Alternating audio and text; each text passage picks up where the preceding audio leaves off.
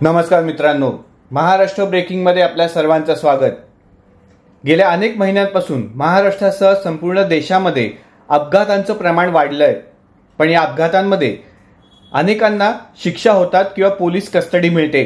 ती police custody अनेक दिवसांसाठी असते आणि मग त्यानंतर होते जेल। अशीच एक घटना महाराष्ट्रात घडली आहे आणि ती घटना पुण्यातली आहे। पण या घटनेमध्ये एक फरक असा की ज्यांनी अपघात केला त्याला काही तासांच्या आतच जामीन मिळाला आणि मग काय सुरू झालं महाराष्ट्रासह देशात घमासान। तुम्ही अगदी बरोबर ओळखलं, आपण बोलत आहोत पुणे येथील कल्याणी नगरमध्ये झालेला भीषण अपघात। मित्रांनो, हे प्रकरण नीट समजून घ्या। एक अल्पवयीन मुलगा जो जवळपास काही महिन्यानंतर 18 वर्ष पूर्ण करणार होता। दुसरीकडे दोन कॉर्पोरेट सेक्टरमध्ये काम करणारी तरुण मुलं, एक मुलगा आणि एक मुलगी। तर तिसरीकडे जो अल्पवयीन मुलगा होता त्याचा बॅकग्राऊंडचा जर विचार केला तर तो गरीब घराण्यातला नाही तर अत्यंत कोट्याधीश किंवा अब्जोपती घराण्यातला मुलगा होता आणि त्याचे वडील हे पुणे शहरात प्रसिद्ध बांधकाम व्यावसायिक आहेत। आता तुम्ही म्हणाल नक्की हे प्रकरण आहे काय?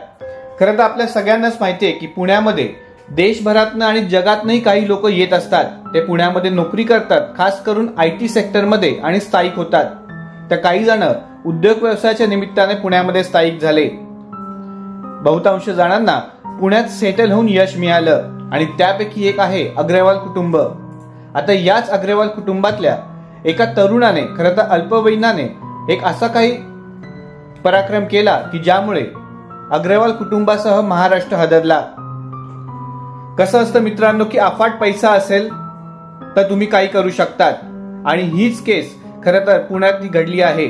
झालं असं की अग्रवाल घराण्यातला मुलगा जो जवळपास 17 वर्ष आणि 8 महिने पूर्ण असलेला हा मित्रांसमवेत एक प्रकारे पार्टी करायला गेलेला किंवा पब मध्ये गेलेला असं आपण म्हणूया। आणि यामध्ये त्यांनी आणि त्याच्या मित्रांनी महागडी दारू प्यायली। आता हा सिक्वेन्स खूप लक्षात घ्या की श्रीमंत घरातली मुलं कशा प्रकारे त्यांचं लाईफ जगतात। अग्रवाल घराण्यातला हा मुलगा 2 पब मध्ये गेला।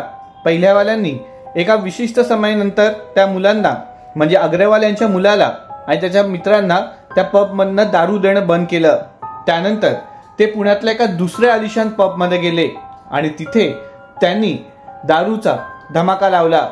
निघताना अग्रवाल यांच्या मुलाने जी गाडी चालवली त्या गाडीचा चालक देखील बाजूला होता।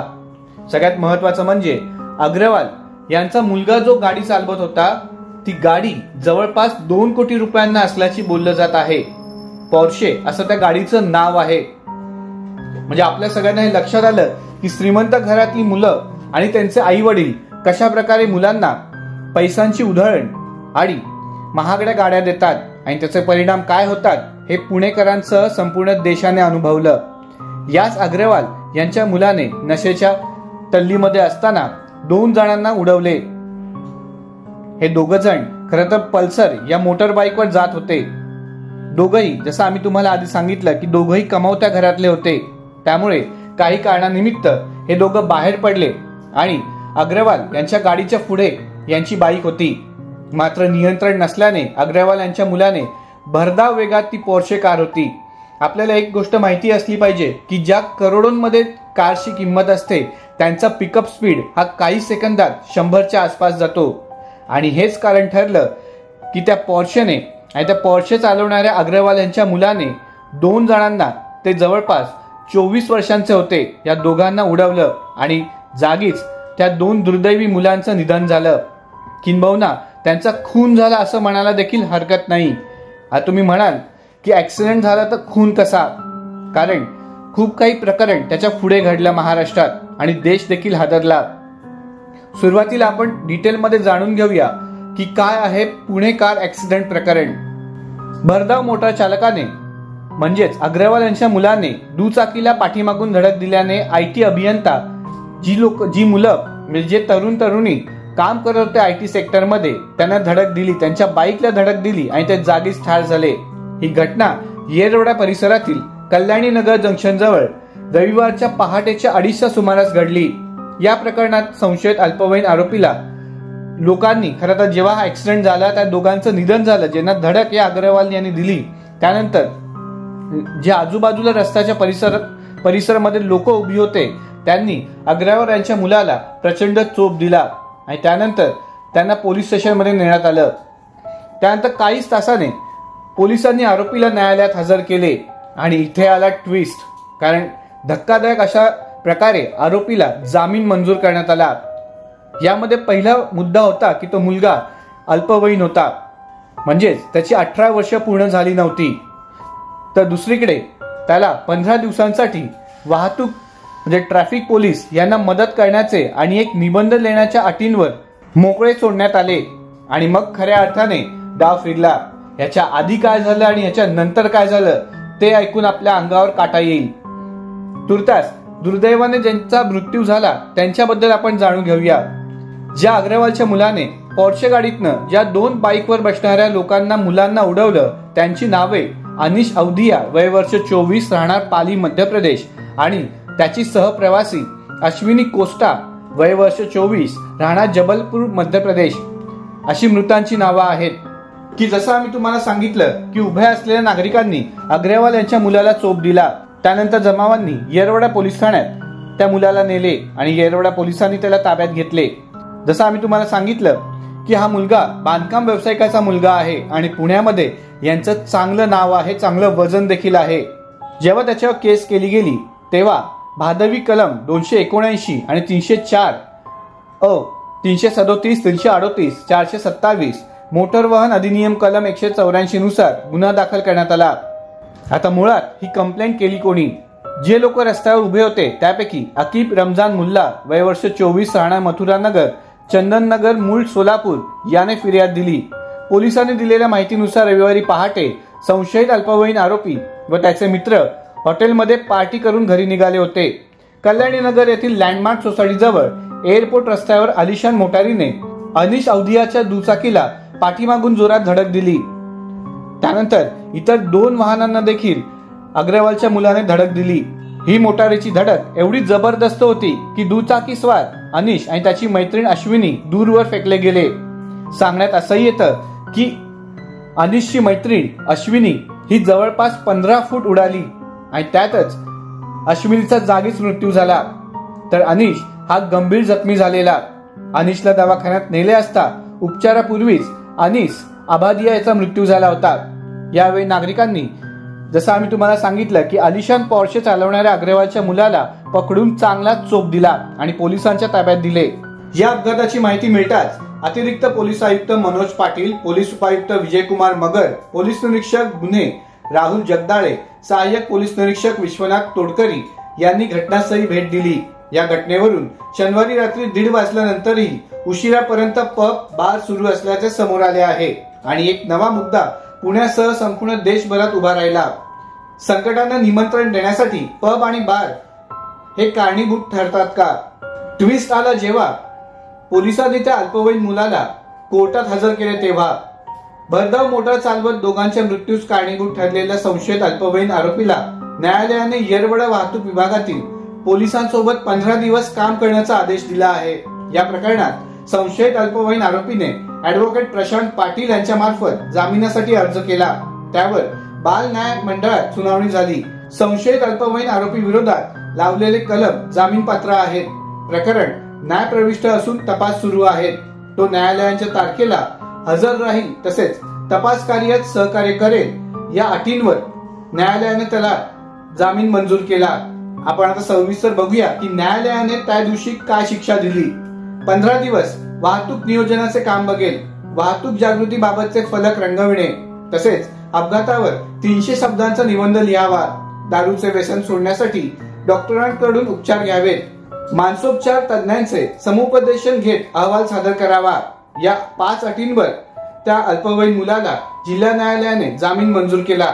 आणि मग काय, हे प्रकरण पेटलं आणि वातावरण देखील पेटलं. अनेकांनी न्यायालयाच्या निर्णयावर किंबहुना बाल न्याय मंडळाच्या सुनावणीला विरोध दर्शवला आणि ते कारण देखील जेन्युइन होतं. मुलगा 18 वर्षाखाली असो किंवा 18 वर्षावरील असो, एखाद्या मुलाने कोणाचा वध केला असेल वा एखाद्याला अधू केलं असेल तर त्याला शिक्षा ही मिळालीच पाहिजे. म्हणजेच सज्ञान लोकांवर जो कायदा लावला जातो, जे कलम लावले जाते तेच कलम अल्पवयीन असलेल्या अग्रवाल यांच्या मुलावर लावावे यासाठी पुण्यातील नागरिक रस्त्यावर आले. त्याप्रमाणे सामाजिक संस्था देखील रस्त्यावर आल्या आणि मग काय, राजकारण देखील तापले. शिवसेना असेल, राष्ट्रवादी असेल, काँग्रेस असेल, यांनी आरोपांची एक फौज धाडली आणि त्यात राष्ट्रवादी अजित पवार गट आणि भाजपा ही घायल झाली. यामध्ये महाराष्ट्राचे उपमुख्यमंत्री देवेंद्र फडणवीस यांनी कठोर भूमिका घेतली आणि ती भूमिका खरं तर लोकांना मान्य होणारी अशीच होती की तो मुलगा जो अल्पवयीन आहे त्याला अल्पवयीन न समजता त्याच्यावर सज्ञान असल्याच्या भूमिकेतून गुन्हा दाखल करावा. कारण शेवटी प्रश्न जीवांचा होता, मनुष्यवधाचा होता आणि त्यामुळे तो मुलगा म्हणजे अग्रवाल यांचा मुलगा जरी अल्पवयीन असला तरी त्याच्यावर सज्ञान असल्याप्रमाणेच गुन्हे दाखल व्हायला पाहिजे होते. आणि मग झाली सुरुवात चक्र फिरायला. तत्पूर्वी ज्या दोघांचा दुर्दैवाने मृत्यू झाला त्यामध्ये अनिश अवधिया आणि अश्विनी कोस्टा हे संगणक अभियंता होते. अनिश हा कल्याणी नगर मधील जॉन्सन कंट्रोल्स IT कंपनीत नोकरीस होता, तर अश्विनी त्याच कंपनीत नोकरीला होती. तिने काही दिवसांपूर्वीच या कंपनीमधली नोकरी सोडली होती. अश्विनीचे पालक सायंकाळी पुण्यात दाखल झाले. त्यांचे अश्रू पाहून उपस्थितांचे मन हेलावून गेले. प्रकरण जसे तापायला लागले तसे पुण्याचे पोलीस आयुक्त देखील कामाला लागले आणि पर्यायाने पुणे पोलीस देखील म्हणजे येरवडा पोलीस अंतर्गत जे काही पोलीस आहेत त्यांनी तपासाची चक्र फिरवली. पुणे पोलीस आयुक्त अमितेश कुमार यांनी सांगितले की या प्रकरणातील आरोपी अल्पवयीन जरी असला तरी त्याने कोझी नावाच्या पबमध्ये 48,000 रुपयांचं बिल भरलं आहे. तिथे आरोपी आणि त्याचे मित्र शनिवारी रात्री 10:40 पोहोचले होते. त्यानंतर ते दुसऱ्या एका पब मध्ये गेले. कोझी पबने मद्य देणं बंद केल्यानंतर आरोपी आणि त्याचे मित्र रात्री 12:10 ब्लॅक मॅरियट पब मध्ये पोहोचले. पोलीस आयुक्तांनी दिलेल्या माहितीनुसार त्यांना पब मध्ये 48,000 रुपयांचं बिल मिळालं. या बिलाची रक्कम आरोपी मुलानेच दिली. या बिलात अल्पवयीन त्याच्या मित्राला देण्यात आलेल्या मद्याच्या रकमेचा देखील समावेश आहे आणि निष्पन्न झालं की तो मुलगा म्हणजे अग्रवाल यांचा मुलगा भलेही अल्पवयीन होता तरी त्यांनी मद्य पियालेलं, मद्यप्राशन केलेलं. महाराष्ट्र ब्रेकिंगच्या माध्यमातून जसं आम्ही तुम्हाला सांगितलं की अग्रवाल यांचा मुलगा आणि त्यांचे वडील हे पुण्यातले एक प्रसिद्ध बांधकाम व्यावसायिक आहे. त्यांच्या वडिलांचं नाव विशाल अग्रवाल. याच विशाल अग्रवाल यांनी 17व्या वर्षी मुलाच्या हाती कोट्यावधी रुपयांची गाडी दिली. या गाडीने 2 निष्पापांचा जीव घेतला. पोराच्या हाती 17व्या वर्षी पोर्शे कारचं स्टिअरिंग. पुण्यात मोठे गृह प्रकल्प आणि आलिशान गाड्यांचा शौक असलेले विशाल अग्रवाल यांच्याबद्दल आपण जाणून घेऊयात की विशाल अग्रवाल आहेत तरी कोण. ब्रह्मा कॉर्प या बांधकाम उद्योग समूहाचे विशाल अग्रवाल प्रमुख आहेत. ब्रह्मा कॉर्प हे नाव पुण्यातील बांधकाम व्यवसायात मागील 40 वर्षांपासून आघाडीवर राहिले. ब्रह्मदत्त अग्रवाल यांनी स्थापन केलेल्या उद्योग समूहांमध्ये अनेक कंपन्या आहेत. पुण्यातील वडगाव शेरी, खराडी, विमाननगर या भागात अनेक मोठे गृह प्रकल्प या कंपनीने उभारले आहेत. त्याचबरोबर पुण्यातील ली मेरिडियन हॉटेल, रेसिडेन्सी क्लब यांसारखी मोठी बांधकामे देखील अग्रवाल यांच्या कंपनीने केली आहेत. यातील ब्रह्मा मल्टीस्पेस, ब्रह्मा मल्टीकॉन या कंपन्यांची जबाबदारी ब्रह्मदत्त अग्रवाल यांचा मुलगा सुरेंद्र अग्रवाल आणि त्यानंतर सुरेंद्र अग्रवाल यांचा मुलगा विशाल अग्रवाल यांच्याकडे आली. विशाल अग्रवाल यांच्या मालकीच्या विविध कंपन्यांची मालमत्ता 6,01,20,000 इतकी आहे. विशाल अग्रवाल यांना आलिशान गाड्यांचा शौक असून कल्याणी नगर मध्ये अल्पवयीन असलेल्या त्यांच्या लहान मुलाने वेगाने कार चालवून दोघांना उडविले. मात्र विशाल अग्रवाल यांच्या मोठ्या मुलाने देखील काही महिन्यांपूर्वी वडगाव शेरी भागात ब्रह्मा मल्टीस्पेस या इमारतीसमोर आलिशान कार वेगाने चालवून रस्त्यावरील इतर वाहनांचं आणि विजेच्या खांबाचं नुकसान केलं होतं. मात्र त्या प्रकरणाचा गवगवा होणार नाही याची काळजी घेण्यात आली. 50 वर्षांचे विशाल अग्रवाल हे ब्रह्मा उद्योग समूहात महत्वाच्या पदांवर असून त्यांच्या अटकेने काही हजार कोटी रुपयांमध्ये उलाढाल असलेल्या कंपनीवर परिणाम होण्याची दाट शक्यता आहे. तर हे होते विशाल अग्रवाल आणि त्यांची असलेली कंपनी. आता या प्रकरणामध्ये कहर हा शब्द जर वापरायचा झाला तर तो कधी वापरला पाहिजे, मुळात कहर झाला असं आपण का म्हणतो त्याचं हे उत्तम उदाहरण म्हणजे जेव्हा त्या आरोपीला पकडलं, ज्या आरोपीने दोघा निष्पापांना चिरडले, त्यानंतर पोलिसांनी त्याचा पाहुणचार केला आणि त्यानंतर 15 तासांच्या आत आरोपी तुरुंगाबाहेर आला आणि त्यामुळेच पुणेकर नागरिक संतप्त झाले. पुणे पोर्शे प्रकरणात जनता तर जाब विचारणारच होती आणि तेच पुणेकरांनी केलं आणि त्याची दखल पूर्ण देशाने घेतली. महाराष्ट्र ब्रेकिंगच्या माध्यमातून आम्ही पुन्हा एकदा काही गोष्टी आपल्या साठी रिपीट करत आहोत. पुण्यात एका अल्पवयीन मस्तवाल तरुण मित्रांसोबत दारूची पार्टी करतो. मद्याच्या अंमलाखाली बेदरकारपणे आलिशान कार चालवतो. रस्त्यावरील बाईकला जोरात ठोकतो. त्यात 2 तरुण अभियंत्यांचा प्राण जातो. पण अवघ्या 15 तासात त्याला उपदेशाचे डोस देऊन सोडण्यात येत असेल तर पोलिसांच्या या कारवाईवर संशय उपस्थित होते. प्रश्नांची सरबत्ती झाली तर चुकले काय? या अल्पवयीन तरुणाला लागलीच जामीन मिळाल्याने नवीन वाहन कायदा पण प्रश्नाच्या फेऱ्यात आला आहे. आरोपी ताब्यात असताना त्याला पोलिसांनी खास पाहुण्यांसारखी वागणूक का दिली? त्याला पिझ्झा बर्गर आणून दिला. मग सोशल मीडियावर पोलिसांच्या अब्रूचे धिंडवडे निघणार नाहीत तर काय होईल अशी प्रतिक्रिया पुणे नागरिकांकडून व्यक्त करण्यात आली. याच्याही पुढे जाऊन पुणेकर नागरिकांचं काही म्हणणं आहे. ते असे म्हणतात, आरोपी नाबालिक आहे म्हणून काय झाले? त्यामुळे 2 जीव गेले त्याचं काय असा सवाल जसे पुणेकर नागरिक विचारतात. सगळ्यात महत्वाचं म्हणजे पीडित कुटुंब विचारत आहेत. रविवारी असताना कोणते न्यायालय उघडे असते हा महत्वाचा प्रश्न त्यांनी विचारला. या घटनेनंतर पुण्यातील एका पब मधील सीसीटीव्ही फुटेज समोर आले. त्या ठिकाणी आरोपी दारूची पार्टी करताना दिसत आहे. मात्र पोलिसांच्या सुरुवातीच्या अहवालात त्या अल्पवयीन मुलाने दारू घेतली नसल्याचे सांगण्यात आले. त्यामुळे त्या मुलाला फायदा मिळाला. कायदा वाकवला तसा वागतो हे तर या प्रकरणाने देशाला दाखवून तर दिले नाही ना असा संतप्त सवाल पुणेकर विचारत आहेत. पुढचा पुणेकर आणि कुटुंबियांचा असा सवाल आहे की पोलिसांवर नेमका कुणाचा दबाव आहे? मग पोलीस आरोपीला व्हीआयपी वागणूक का देत आहेत? पिझ्झा बर्गरसाठी धावाधाव का करत आहेत? या ठिकाणी श्रीमंतांचा दिवटा नसता तर पोलिसांनी अशी सरबराई केली असती का? असे अनेक प्रश्न पुणेकरांनी आणि पीडित कुटुंबांनी उपस्थित केले आहेत. आणि त्याचंच पुढचं टोक म्हणजे पुणेकरांनी सोशल मीडियावर देखील पुणे पोलिसांच्या एकूण कारवाईबाबत मोठे प्रश्नचिन्ह उभे केले. तसेच बाल न्याय मंडळाने दिलेला आदेश पण त्यांनी ट्रोल केला. कार अपघातात एखाद्याचा बळी घेतला आणि निबंध लिहिला तर शिक्षा पूर्ण होते का असा सवाल सोशल मीडियावरून विचारला जात आहे. तर काहींनी केवळ निबंध लिहिला तर वाहन परवाना मिळतो का असा उपरोधिक टोला हाणला. अर्थात या सर्व प्रकरणात राज्याचे उपमुख्यमंत्री, गृहमंत्री आणि पुणे पोलीस आयुक्तांनी त्यांची भूमिका मांडली आहे. आता तुम्हाला प्रश्न पडला असेल की विशाल अग्रवाल यांच्या मुलाचं नाव काय? तर त्यांच्या मुलाचं नाव आहे वेदांत अग्रवाल. जसं आम्ही तुम्हाला सांगितले की या प्रकरणाने महाराष्ट्र देखील पेटला आहे. आता तुम्हाला प्रश्न पडला असेल की अग्रवाल यांचा मुलगा वेदांत अग्रवालचं पुढे काय होणार? प्रौढ मानून त्यांच्यावर कायदेशीर कारवाई करायची का याचा फैसला बाल हक्क न्यायालय देणार आहे. तर माजी गृहमंत्री अनिल देशमुखांनी सध्याचे गृहमंत्री देवेंद्र फडणवीस यांचा राजीनामा मागितला. देवेंद्रजी, काही दिवसांपूर्वी तुम्ही म्हणाले होते की गाडीखाली कुत्राही आला तरी विरोधक राजीनाम्याची मागणी करतील. आज एका गरीब कुटुंबातील 2 मुलं श्रीमंत माणसाच्या गाडीखाली चिरडली गेली आणि त्यांना मारणाऱ्याला तुमच्या व्यवस्थेने पिझ्झा बर्गर खाऊ घातला. त्याला 10 तासात जामीन मिळाला.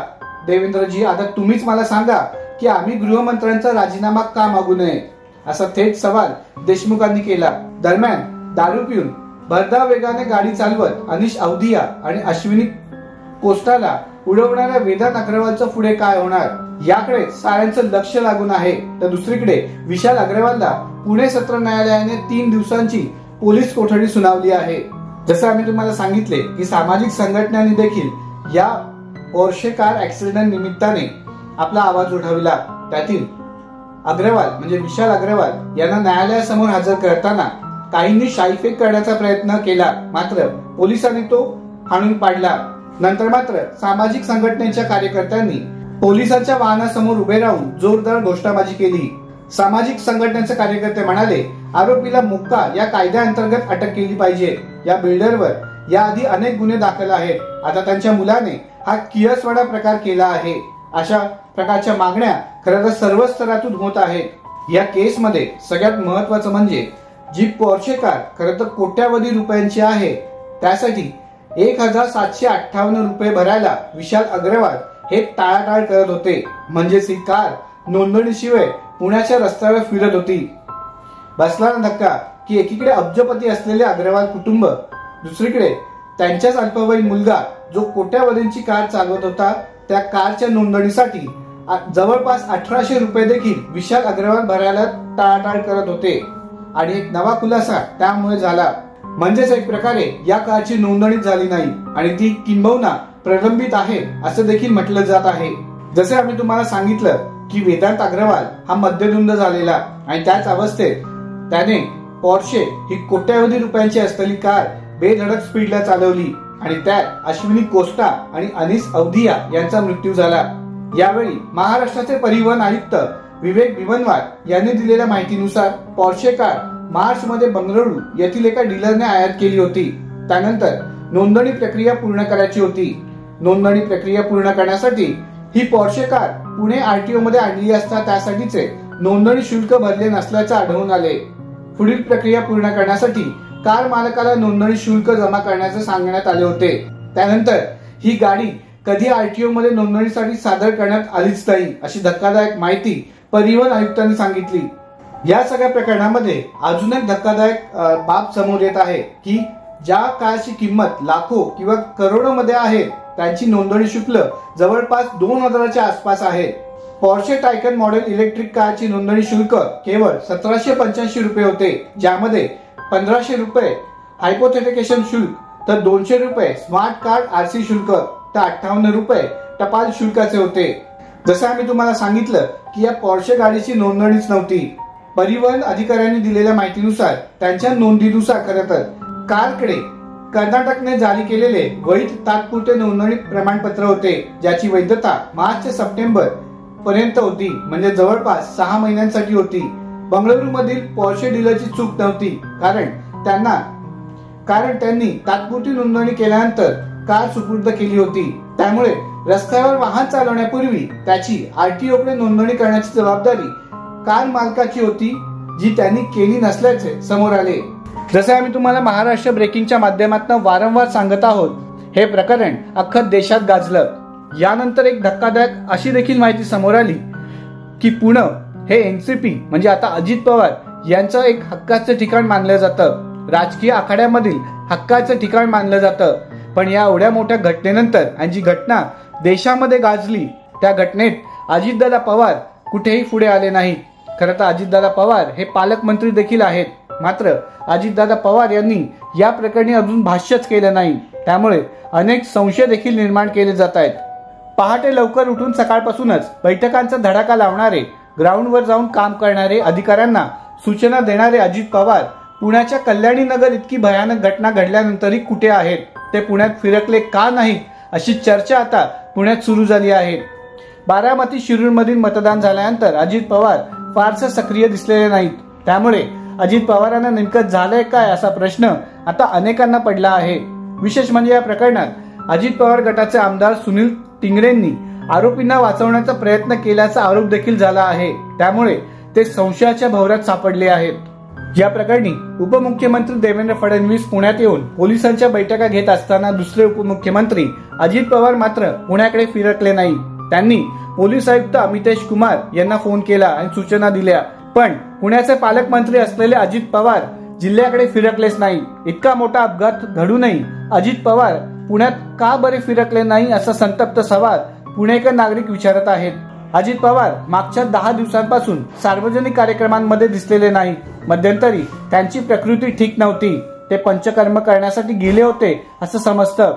अजित पवारांनी अनेक वर्षांपासून पुण्याचे पालकमंत्री म्हणून काम केलं आहे. फील्डवर उतरून काम करणं ही त्यांची ओळख आहे. पण आता अजित पवार फील्ड पासूनच दूर राहिल्याने उलटसुलट चर्चा सुरू आहेत. ही घटना घडली आणि त्याच्या दुसऱ्या दिवशी पोलिसांनी वेदांत अग्रवाल यांचे वडील विशाल अग्रवाल यांना अटक केली आणि त्यांना पुणे सत्र न्यायालयात हजर केलं. पुणे सत्र न्यायालयाने 3 दिवसांची पोलीस कोठडी सुनावली. सरकारी पक्षाकडून विशाल अग्रवाल यांच्या 7 दिवसांच्या पोलीस कोठडीची मागणी करण्यात आली होती. अग्रवाल यांनी अपघातानंतर कोणाकोणाला फोन केले, त्याचं छत्रपती नगरला जाण्याचे कारण काय, त्याला तिथे कुणाला भेटायचे होते, अशा आणि अन्य तपासासाठी 7 दिवसांची पोलीस कोठडी द्या अशी मागणी सरकारी पक्षाने पुणे सत्र न्यायालयाला केली.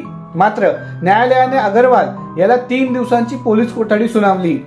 जसा हा अपघात शनिवारी मध्यरात्री घडला त्यानंतर अग्रवाल हे पुण्यातून फरार झालेले आणि मंगळवारी जवळपास 36 किंवा 48 तासांनी पुणे पोलिसांनी छत्रपती संभाजीनगरमधून विशाल अग्रवाल याला ताब्यात घेतले आणि बुधवारी दुपारी पुणे सत्र न्यायालयात हजर करण्यापूर्वी त्याच्यावर काही सामाजिक संघटना असतात त्यांनी शाई फेकीचा प्रयत्न देखील केला।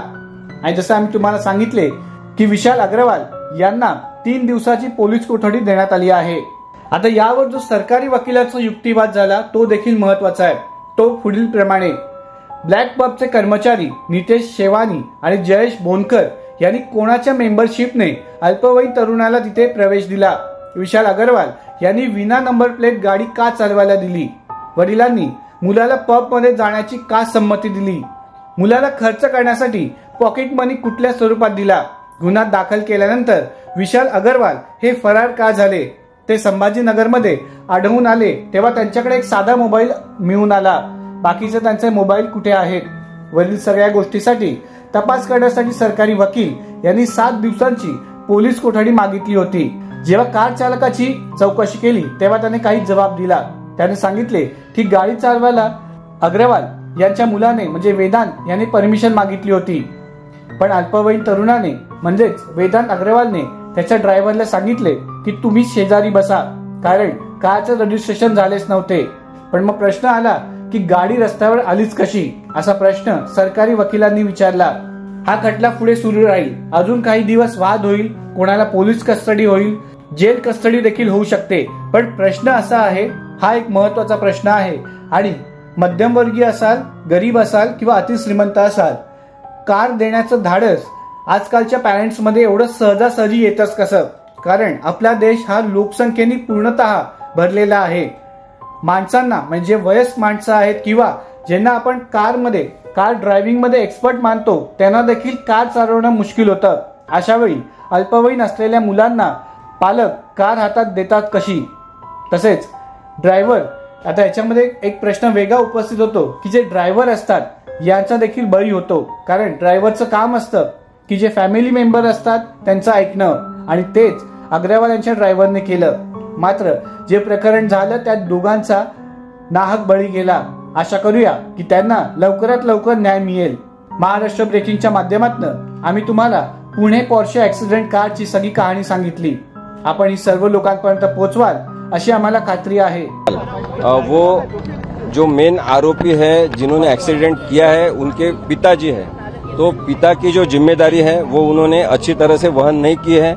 एक पिता की जिम्मेदारी होती है कि वो अपने बच्चे का ख्याल रखे, उसे अच्छे वातावरण में रखे, और जब पता है कि वो 18 साल का नहीं है तो उसे पब में नहीं जाने देना चाहिए, और जब उसके पास लाइसेंस नहीं है तो उसको ड्राइविंग के लिए इतनी बड़ी कार नहीं देनी चाहिए। ये सब जो जिम्मेदारी की लक्षण है वो सब एब्सेंट है इसमें, और इसलिए पिता करके उन्होंने एक अपयश दिखाया है, इसलिए उनके जामीन को विरोध किया गया और उनको 24 तारीख तक पुलिस कस्टडी से जुडिशियल कस्टडी में रखने के ऑर्डर हुए। अंडरवर्ल्ड के बारे में कुछ अंदर युक्तिवाद हुआ क्या? इसके बारे में कुछ नहीं, अंडरवर्ल्ड का क्या मुद्दा है मुझे पता नहीं, लेकिन किसी ने वो आर्ग्यूमेंट वगैरह किया नहीं है, क्योंकि उसके परिवार के पिता के दादा के क्या किसी के रिलेशन है वो संबंध नहीं है। ये सिर्फ अपघात का विषय है कि किसी ने बहुत गैर जिम्मेदार तरह से गाड़ी चला के 2 लोगों की हत्या की है, उसके संदर्भ में ये केस है। फादर को जामीन नहीं देना चाहिए, इसके बारे में सरकार पक्ष की तरफ से और हमने भी इंटरवेनर की तरफ से आर्ग्यूमेंट किया है, और उन्होंने जिस आधार पर जामीन बेल मांगने की कोशिश की है वो कोर्ट ने रिजेक्ट किए हैं, और उन्होंने कहा है कि 24 तक उनको जुडिशियल कस्टडी में रखा जाएगा। मुझे लगता है कि कानूनी तरह से कोई सोचेगा और देखेगा तो भी ये दिखाई देता है कि फादर है उसकी कंप्लीटली गलती है। उसने अपने लड़के को व्हीकल चलाने के लिए नहीं देना चाहिए था। उसके पास वो 18 इयर्स का नहीं है, फिर वो जा नहीं सकता है पब में, फिर भी पब में जाने की अनुमति देना ये भी गलत है। और उन्होंने जो एक तकलादू स्वरूप का युक्तिवाद प्रेजेंट करने की कोशिश की कि ड्राइवर को उनके साथ भेजा था, तो ड्राइवर को भेजा था तो ड्राइवर ने कार ड्राइव करना चाहिए था। जिसके पास लाइसेंस ही नहीं है वो कार चलाएगा और ड्राइवर बाजू में बैठेगा, ये भी कंप्लीट इलीगल थिंग है। इस परिवार का जो नाम जोड़ा जा रहा है अंडरवर्ल्ड के साथ में, इसके बारे में कुछ किया हुआ है? नहीं, उसका कुछ उल्लेख नहीं हुआ है, लेकिन मैं ये बहुत क्लैरिटी से बताना चाहता हूं कि उसके पिताजी, वो लड़के के दादाजी गुनेगार होंगे, मर्डरर होंगे या किसी गैंग से संबंधित होंगे। इसका ताल्लुक इस केस से कुछ भी नहीं है, जीरो ताल्लुक है। बिकॉज उसने गाड़ी चला के जिस तरह से लोगों को अपघातग्रस्त करके मार डाला है, तो ये उसकी पूरी जिम्मेदारी है। और उसके फादर की जिम्मेदारी इसलिए है कि वो 18 साल का नहीं था, इसलिए अंडरवर्ल्ड से संबंध कोई होगा या नहीं होगा, उसका कुछ संबंध इस केस से नहीं है। The case is well discussed now through out the nation, because the way in which the accident is committed was completely rash driving and driving under intoxicant influence. So the father is completely guilty of the offence committed by his child because he has not taken proper care. Juvenile Justice Act talks about due care and precautions related to the juvenile. So as a juvenile, he should be protected and taken care of. The father has not followed his responsibilities, so the accident is committed. And the other thing is there is absence of proper provisions to be mentioned in the FIR. Why police have registered one offence and filed 2 FIR? That is the question which can be taken to the High Court also. And because that is grave mistake of the police. Then there is no mention of Prohibition Act and its provisions. There is complete manipulation of the FIR. Might be police have been pressurized by someone, and so I think they are trying to mislead the court on one level. But now the matter is discussed in the society.